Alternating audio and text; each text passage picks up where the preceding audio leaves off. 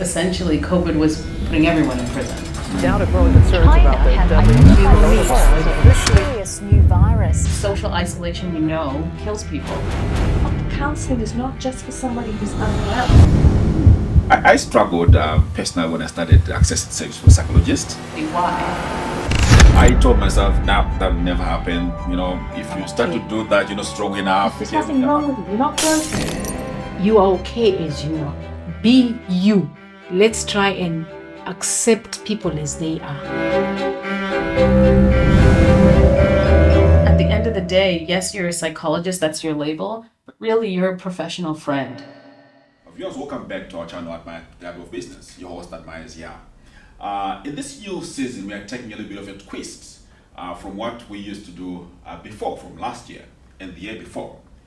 This year, we're inviting a panel of guests who are subject matter experts in the areas that we'll be discussing.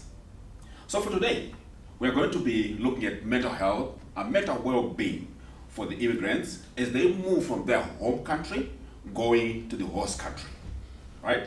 Coming from home, going to the host country. To help in this discussion today, my team and I managed to get support from the well-trained, well-educated, practicing psychologists, counselors in this midst for today. These guys are practicing. These guys, like what I said, they are well-educated. You guys trust me on that. We need to be listening to their advice. Many times, you guys are very lucky because they charge per every minute for this kind of advice they're going to give today. So today is them giving out to the community. So ladies, you know what? I just want to say thank you very much for coming out, for giving up your time. Time is money. So in other words, you're spending your money with us here. We love it, okay? Give back to the community. Thank you very much. Let's just douge in there and talk about what we're here for. I'll probably start with Dhee over here. In your experience, what are the most common psychological challenges that immigrants face during the process of adapting to a new country? Thank you very much for that. I think one of the big things that people experience is loss. And this is loss that is a big spectrum of it. Because when you leave home, home is home. You've got your roots there, you've got your foundations there, you've got people that you know there, and everything that you have done, and then you decide to leave. And many times you carry 20 kilograms of stuff. That's all you can carry to fit in the plane. Then when you end here, it means you have to start anew in many areas of your life. If you're coming with kids, it's that shock that they have.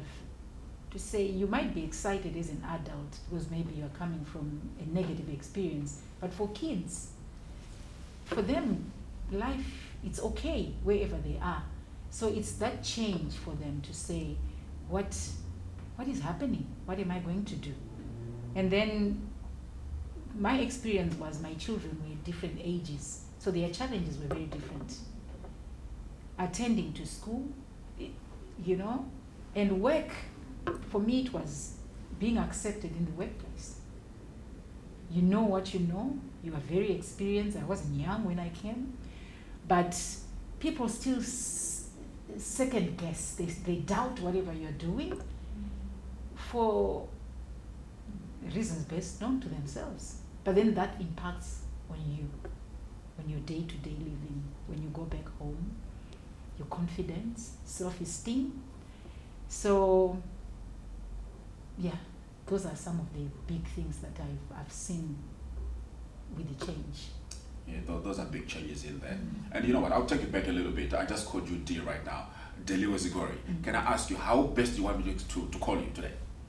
Dhee. Dhee is okay? That's okay. All right. That's what I've been known ever since. So many people know me as that. How did you start this Dhee?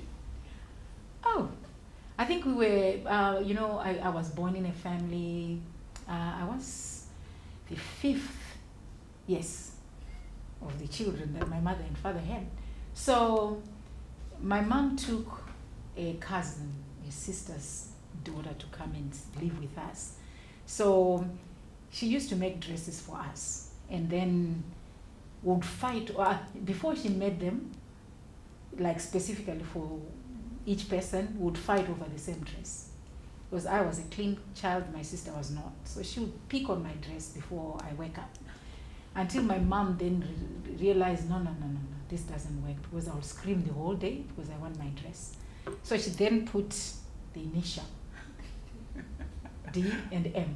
Oh, So it was just D. wow. Oh, that's So, quite yeah. interesting. Taking back your time, eh? Yeah. All right. Next to us here, Dr. Tina Shibino. Obviously, I want to be appropriate. How would you want me to address you? I just ask people to call me Tinashe. Oh, really? Yeah. Just that? I honestly do, and people generally don't. They call me doctor regardless, Oh but my God! If I was like you, I was like, I'm telling everybody in the street that my name is Dr. Admire. that's what my husband says. He's like, why Why not tell not? everybody? Yeah. Oh, I'm gonna call you doctor today. Thank you. I think so. Anyway, how do cultural differences impact the mental well-being of immigrants, and what coping mechanisms are effective in navigating these kind of challenges? Yeah, I would say the key cultural differences is that for most migrants, they are coming from a communal culture. They're coming from a culture where people are connected, where it takes a village to raise a family, that people don't simply have a nuclear family where you have two partners and then children, and then the partners have to just manage those children on their own. That's usually not the cultures that people are coming from. So as Dhee said earlier, it's a huge shock for people to enter into an environment where you're on your own. Mm-hmm. And you don't know your neighbors, they don't say hi, you don't have friends at work, you don't have friends in any kind of circles that you might engage in, say the gym, for example. You go to the gym by yourself, everyone has their headphones in, you do your thing alone, you leave alone. The isolation, I think, is a massive cultural difference. And of course, there are many people who would say that from a migrant background, that being communal can be frustrating at times as well. But I've never read a paper that said that being communal had a negative long-term effect on people. Yes, you can be annoyed because people are around all the time. Yes, people have their ideas that sometimes are not what you share, but social isolation, we know, kills people. We know that all health conditions are exacerbated by isolation and loneliness. So that's one of the biggest things, and in mental health, that's one of the main factors as to why people go from coming into a new country feeling distressed, but then moving into clinical areas of depression, anxiety, or having other health issues. It is isolation, loneliness. That's the difference. Do you want to maybe elaborate more in there and try to equate that with the times where COVID-19? Yeah. I mean, COVID really, it's very interesting because there's a lot of research that's actually done on prisons, and this was before COVID, and that one of the most intensive things that is detrimental to inmates is loneliness, isolation, being removed from society and being put into a place where you cannot really connect with others in a pro-social way. And some people do find opportunities to, improve themselves, but a lot do not. They find it really difficult. And now it's essentially COVID was putting everyone in prison. And then having to somehow, without any resources, figure it out. It went literally overnight from having our ways of doing and being and knowing to, we didn't even get the opportunity to kind of work it through. It went even for people at work. I know from an academic context, they said, well, Friday you were in the office, Monday figure it out, teach online, just do it. And most businesses and practices just did the same thing. No one had an adjustment period. And that's the same thing with being a migrant. There is no adjustment period. It's just into the deep end. And a lot of people just are doing their absolute best to stay afloat. And many are drowning because there's not enough hands out to say, I've got you, let's come in, right? That isolation at the end of the day, people sink. But when there's this, you know, the academic, you know, backing on that, isolation is detrimental to people's health, right? Yes. And we are saying people who are coming in from a different culture, they've got that communal culture. Yeah. And different countries, they've got that individualism culture, I would say, right? I wonder, my point is, there is evidence already, but Yes. other societies are already clinging to the fact that they want to do individual lives. Yes. I don't get it. That's my Yeah. point. I don't get it. Yeah, and it's only seeming to be a lot of error. I want to say trial and error, but there seems to be a lot of error. And sometimes, you know, when I'm speaking to my clinical team and they say, well, what should I do in this setting? How can I help this person? And I say, at the end of the day, yes, you're a psychologist, that's your label, but really you're a professional friend. We already had all of this in the societies that many of us are coming from already. There was those people who you could talk to. There was the aunties, the uncles, the shamans, the etc. There were all of these people already inbuilt into the system. But now, once all of that has been taken out, and people might say that's linked to capitalism, right? The more money that needs to be made, the less opportunity there is to connect, right? I'm sure there are anthropologists who have theories on that. Yeah. But at the end of the day, what you're left with is those institutes of society, which were those people you could talk to, those connections you can have, no longer exist. And now you have to pay us to be your professional friend and give you that unrelenting positive regard, which your community would most likely have done. Wow. Professional friend, that's a big one. Karen, can you share insights into the emotional toll that, you know, the immigration process may take on individuals and how it might influence, you know, their mental well-being? Thank you. I think to echo what's been said already is that sense of loss and shock and isolation, and loss of identity. So you come to a new country, you've lost your history. I remember coming to Australia and thinking, nobody knows me, nobody knows my story, nobody knows who I am. And now I've got to go and apply for rental, and I'm looked at as if you don't have any banking history here, so you can't get a rental. So there's all these obstacles and barriers on top of this huge life-changing adjustment. And for many migrants, they're not migrating because of choice. It's because there's something going on, and maybe in their home country that they have to leave because it's not safe. So, you know, a lot of different reasons. And so there's stress, the stress of coming and the uncertainty of not knowing what's going to happen, where you're going to, and then the isolation. I think what I've also noticed in my clinical work is the impact on relationships. So people coming into a country, and if you've lost your individual sense of identity, also can then lose your sense of who you are as a couple, and all these additional stresses around who's going to do the chores, who's going to earn the money, who's going to work, who's going to look after the kids,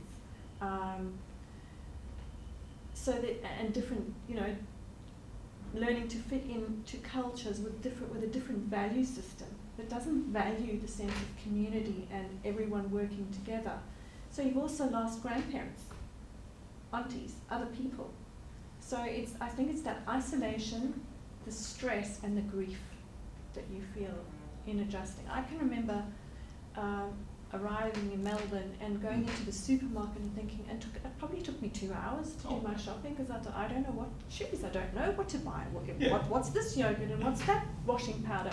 So it's just all, you know, those kinds of things, and feeling really on my own and feeling quite depressed at the time.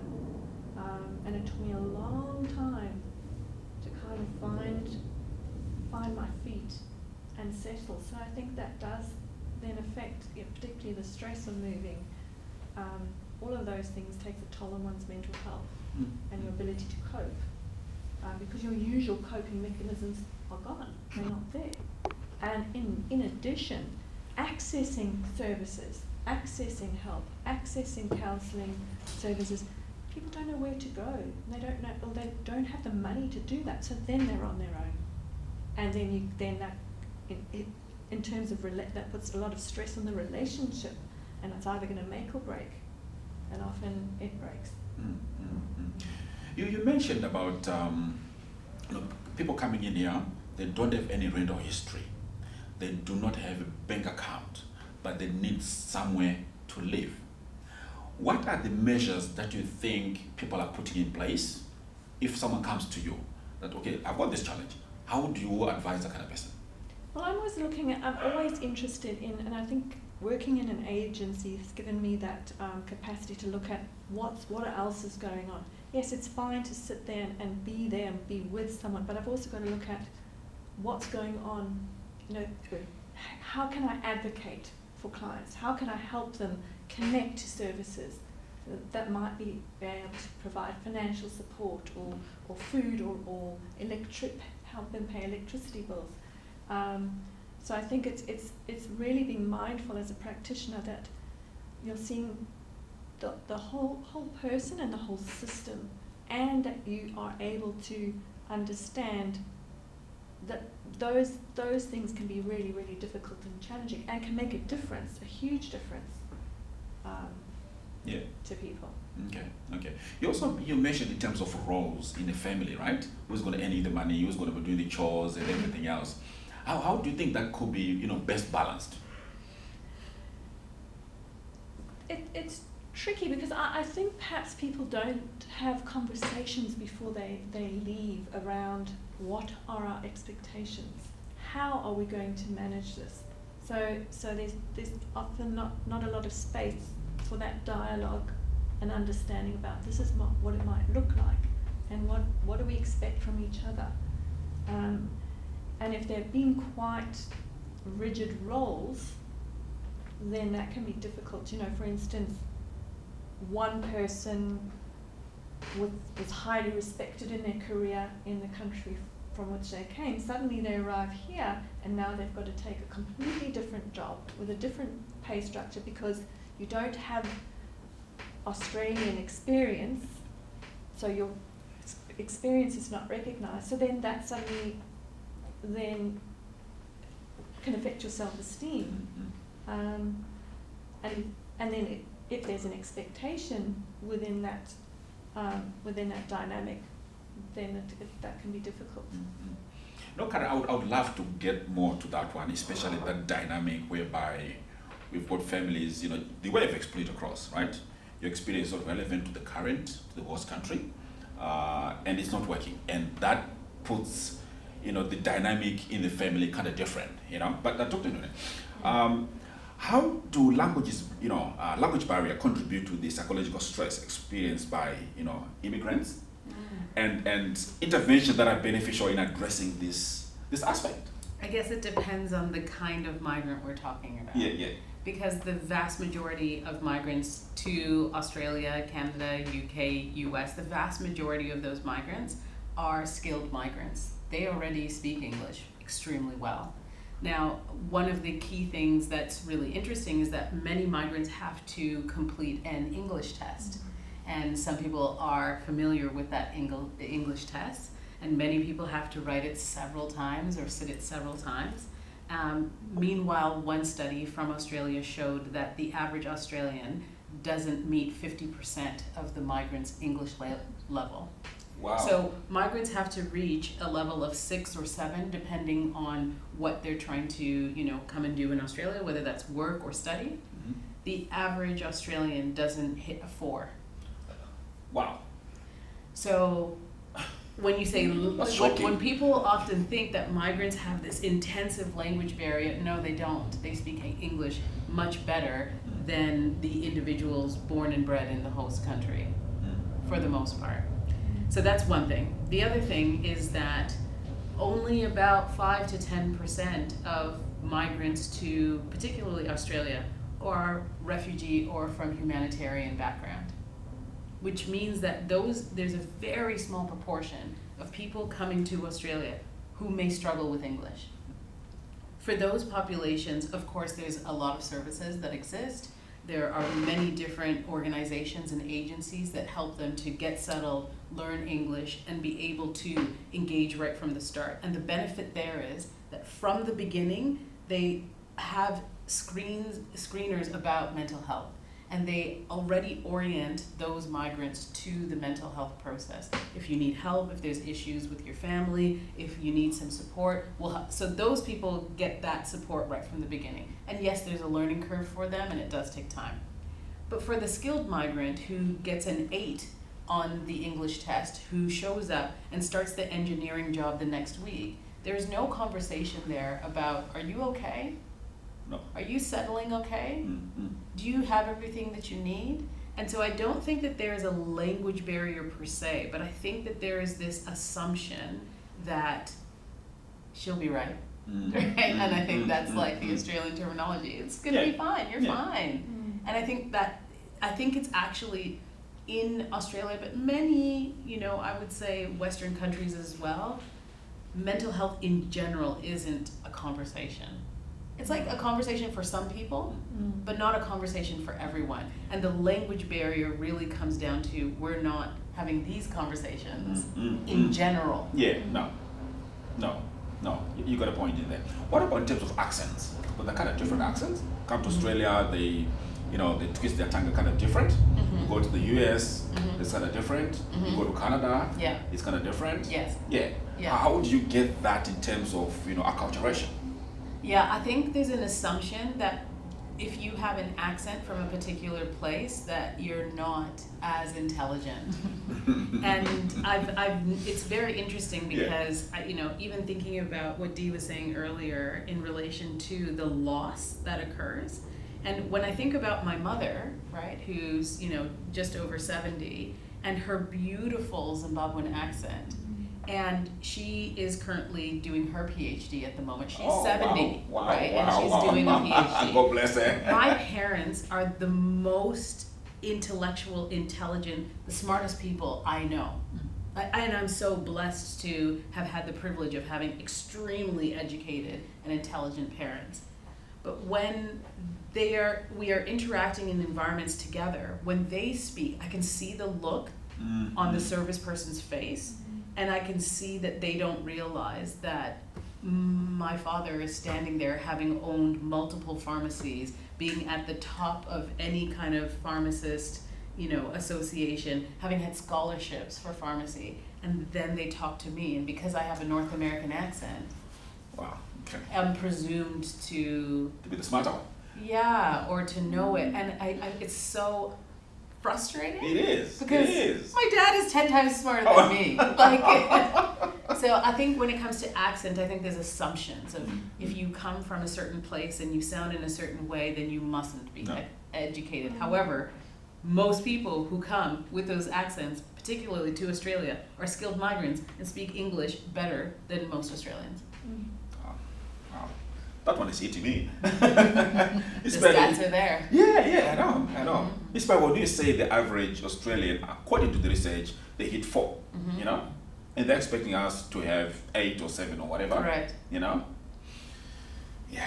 Yeah. And people write it again and again and again and again and again, because they get 6.5, 7, 7, and they don't Meanwhile, the average Australian, if you gave them that test, they would not be able to pass it. They will not. Correct. Yeah. All right, Dhee. What role does acculturation play in the psychological adjustment of immigrants? And is there any specific stages or patterns you commonly observe when you are doing counseling sessions with your clients? Okay, thank you for that. What I see about cultures, it's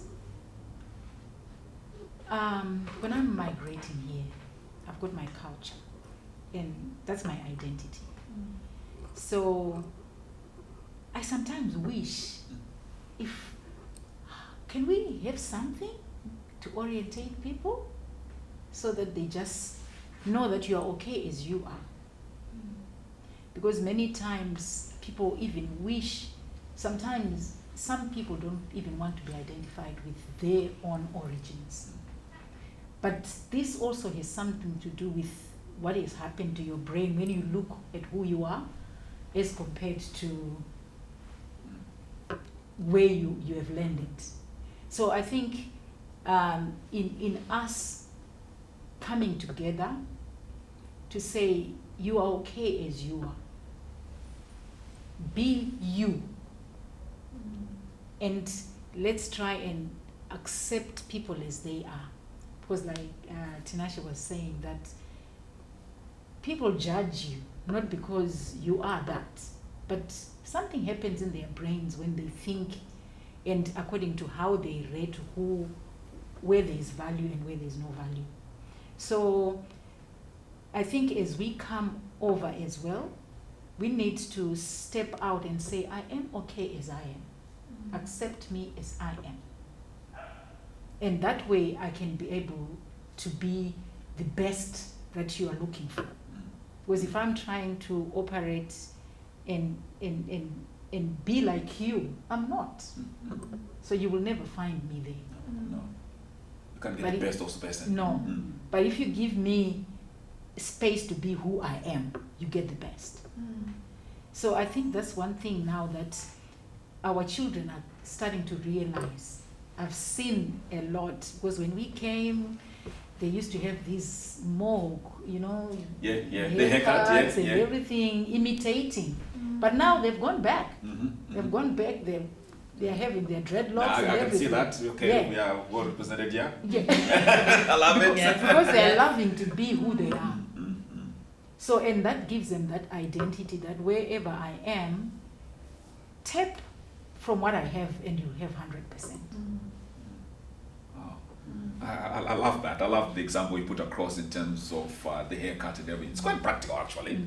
You know, you go back. I remember when we were playing soccer, you see a lot of guys playing soccer with the mohawks. You're right. But you can see now, people are now, you know, like what you say, exactly that.